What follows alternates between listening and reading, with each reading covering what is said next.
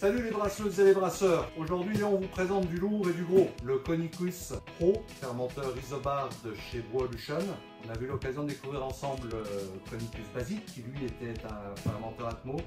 Là vous allez voir, c'est un super produit. Ceux qui ont hésité jusqu'alors à se lancer dans la fermentation isobar, la fermentation sous pression, c'est le moment ou jamais parce que c'est beaucoup plus confortable à utiliser que ce qu'on peut connaître, les Bruzilla, Apollo et autres qui sont en plastique qui posent dans la durée des petites questions en termes d'entretien. Bon, je le déballe et je vous le présente parce que si je vous fais le déballage en direct, on en a pour 15 minutes. Donc le Conicus Pro, nouveau produit de chez Broolution qui nous avait déjà offert il y a de ça quelques mois le Conicus Basic. On va retrouver la même qualité de finition. Alors particularité, sur le 30 litres, on a affaire à un vrai fermenteur cylindroconique qui va permettre effectivement de sédimenter les levures sans aucun problème. Et on retrouve comme pour le Conicus Basic dans sa version Atmo, donc le même modèle mais en 55. Alors, quelques remarques concernant ce produit qui font que pour moi c'est vraiment un des meilleurs sur le marché et pas uniquement parce qu'on le vend, c'est parce qu'il a été conçu par des brasseurs, c'est un développement propre à Broolution, c'est pas un Xème fermenteur développé chez nos amis de l'Empire du Milieu. Il a fait l'objet de quelques modifications particulièrement pratiques. Première modification qui pour moi est extrêmement géniale, le système de petits hublots qui est en façade, qui non seulement va vous permettre d'avoir une lecture directe grâce à la graduation sur le verre du nombre de litres de bière que vous avez dans votre fermenteur, mais en plus c'est joli, vous allez pouvoir regarder effectivement votre bière au fur et à mesure de sa fermentation. Et tertio, pour ceux qui utilisent par exemple le Graviator, le gros avantage c'est que ça va permettre la transmission des données avec beaucoup plus de facilité que quand on est en continu, et notamment en isobar puisque beaucoup plus épais. Cette fenêtre 3 pouces pour moi c'est vraiment le truc assez génial dans la conception. Après, au-delà de ça, il est complètement donc doté de connectiques triclamp de diverses tailles. Vous allez avoir un couvercle en 4 pouces triclamp. Vous avez des vannes en 2 pouces, 1 pouce et demi. Les vannes, comme sur le basique, vous allez retrouver de la vanne papillon. Donc sans souci en termes d'entretien, et qui plus est de la vanne démontable. C'est une autre chose que les vannes à boules qu'on peut trouver sur certains autres modèles.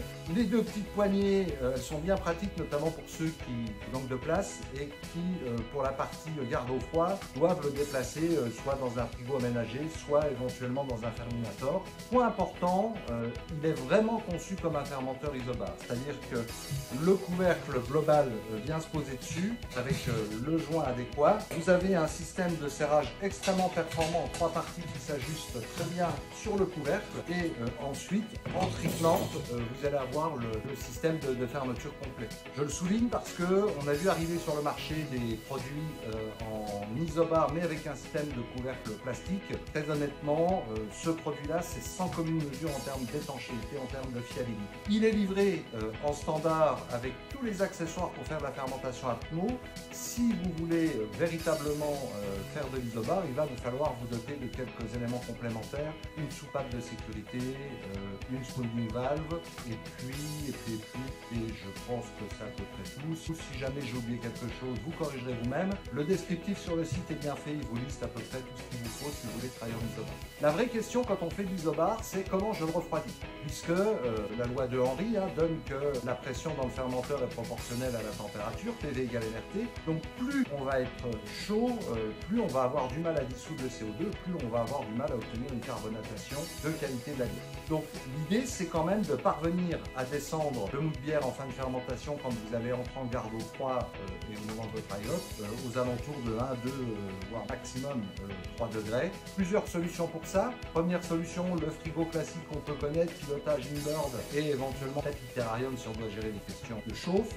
La deuxième solution c'est le Ferminator, qui est un outil qui a été conçu en complément et qui par effet Peltier va permettre effectivement de réguler la température de manière particulièrement intéressante. Et puis troisième solution, c'est une option, c'est le système qui va vous permettre aussi de gérer la question de l'injection de CO2 quand vous faites des compléments de CO2. C'est le Serpentin refroidisseur, où vous voyez que vous avez ici les deux ball locks classiques qu'on peut trouver quand on veut faire la connexion isobar, mais vous avez surtout deux tuyaux qui vont permettre de faire circuler de l'eau froide. Alors de l'eau froide, évidemment, on n'a pas forcément un groupe bricolé chez soi, mais on arrive à bricoler des choses plutôt sympas aujourd'hui avec par exemple des pompes issues de l'aquaponie, un inboard et puis un petit groupe froid de tireuse, ça se trouve sur le bon coin à 200 €. Avec un dispositif comme celui-ci, vous arriverez à descendre votre température de garde suffisamment pour pour avoir une bonne dissolution du CO2. Donc, un très bon produit, notamment pour ceux qui veulent aller sur de la fermentation